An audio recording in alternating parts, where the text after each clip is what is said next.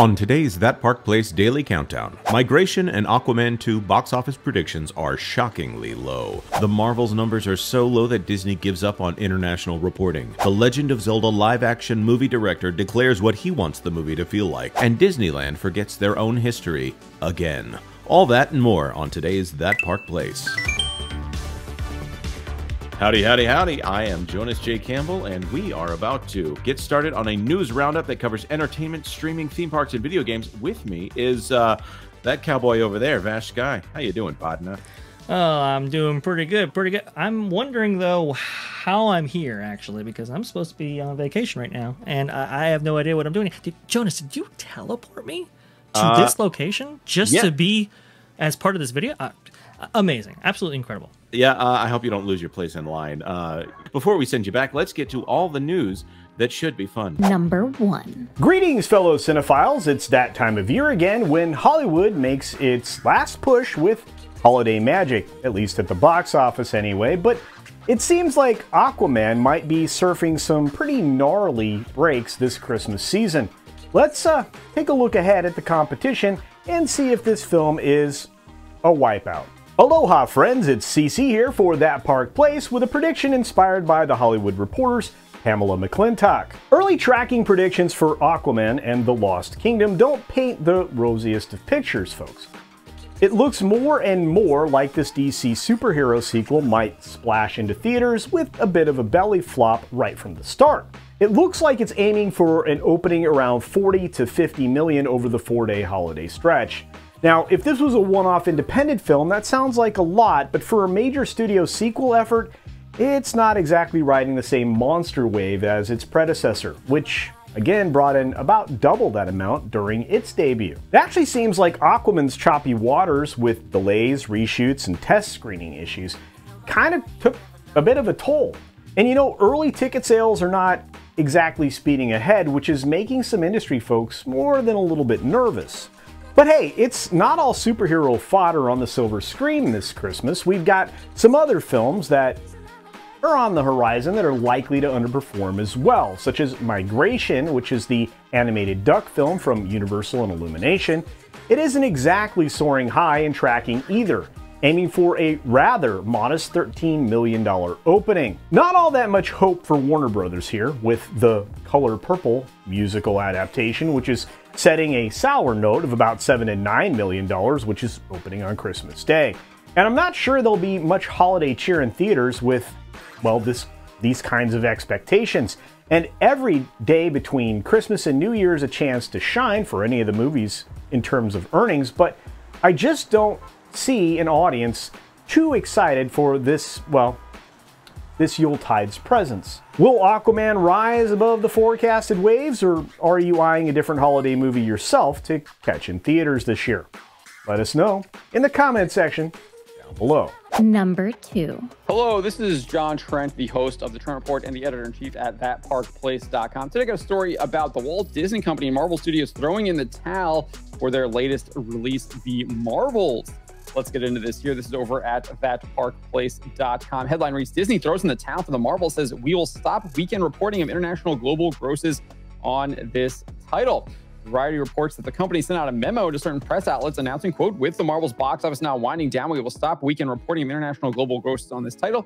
The announcement comes after the film only grossed $2.5 million in its fourth weekend at the domestic box office.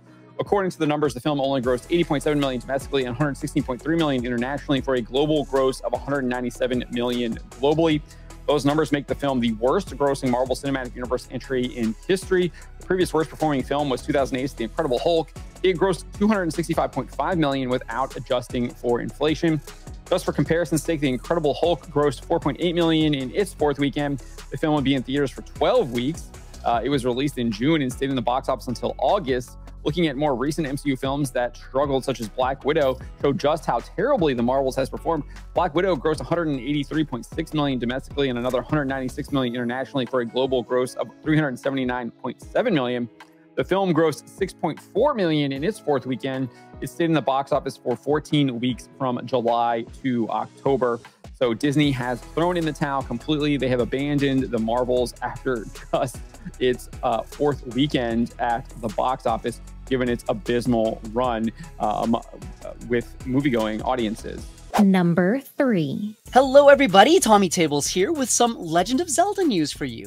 Now you're probably already aware that Nintendo has announced a Legend of Zelda movie, which will be a follow-up to their wildly successful Super Mario Bros. Animated film that came out earlier this year. The announcement of a Zelda movie was at first greeted with thunderous applause, but then it quickly turned into, shall we say, skepticism when it was revealed that it would be a live-action film, and not only that, but that the film would have as a producer Avi Arad and be directed by Wes Ball, who is quote-unquote famous for his Maze Runner movies. And now the director Wes Ball has spoken a little bit about what he would like to see this movie be, and he has specifically referenced that he wants it to be a live-action Miyazaki movie. Now Miyazaki is the creative lead behind Studio Ghibli, or Ghibli, I'm not sure how you pronounce it, but they're a famous Japanese animation studio that has produced all sorts of just, they're basically the Japanese Walt Disney, as Walt Disney used to be. They have these fantastic animated films like Spirited Away, My Neighbor Totoro, and if you've ever seen one of these movies, it's just sort of like a fever dream come to life. My question to Mr. Ball is, how many live action films has Miyazaki actually done? Because according to my count, it's 0. And there might be a very good reason for that, because again, these films I don't think translate over into reality and very well. Regardless though, Ball is ambitious, and he said that, this movie he's going to be directing, it's going to be an awesome fantasy adventure film that won't be like Lord of the Rings, it'll be its own thing. He'd love to see it like a live action Miyazaki with wonder and whimsy and all of that. The only thing that is keeping me from washing my hands of this completely is the fact that Nintendo is heavily involved in this. And, per the rumors that we have heard, Nintendo really stepped up and said no to a bunch of wacky requests from the North American studios when it came to the Super Mario movie, and that worked in their favor. We'll see where things go, but let us know your thoughts down below. Number 4. Vash Sky here with the next story, this time from Disneyland News Today. Looks like the Astro Orbiter will be going under refurbishment until 2024. Now, usually here on That Park Place, we're not going to update you on every single attraction that goes into refurbishment. This one is a special case, however, because, well, looks like Disneyland has had those persistent issues of incorrect signage, and now they have reared their ugly head again. You can see right here, they are telling the history of not Disneyland's Astro Orbiter, but actually Magic Kingdom's rocket jets, and listed them as the Astro Orbiter here, and with a photo and history of Magic Kingdom's version of this iconic attraction. This follows a long line of weird misinformation being posted in these various theme parks, especially Disneyland itself. You'll note that the kickoff to the 100th anniversary back in, I believe, January of this year had incorrect signage like Snow White and the Seven Dwarfs debuting in 1939 when it's actually 1937.